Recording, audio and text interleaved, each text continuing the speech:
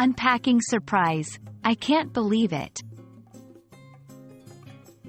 Hello and welcome to today's English language learning journey. In this video, we're diving into a phrase that you've probably heard quite often. I can't believe it. This expression is a fascinating part of the English language, and understanding it can help you better express emotions and react to surprising news. Let's get started and explore what this phrase really means and how you can use it in your conversations. I can't believe it is a phrase that expresses shock, disbelief, or amazement. It's used when something happens that is so surprising, unexpected, or incredible that the speaker finds it hard to accept as true. This can be due to something very good, very bad, or simply astonishing happening. The key emotion here is surprise mixed with a strong emotional response. This phrase can be used in a variety of situations, ranging from receiving unexpected news to witnessing an incredible event. Here are a few examples. Positive surprises: winning a prize, hearing good news, or experiencing something wonderful.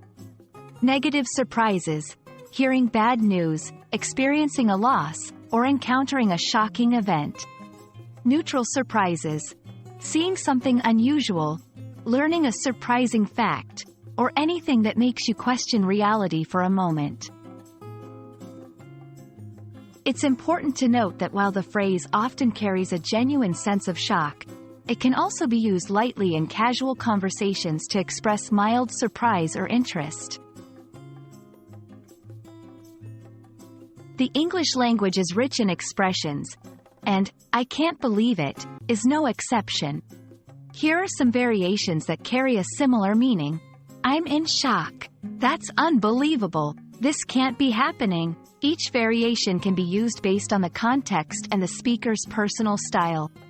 Experiment with these expressions to find which one feels most natural to you in different situations.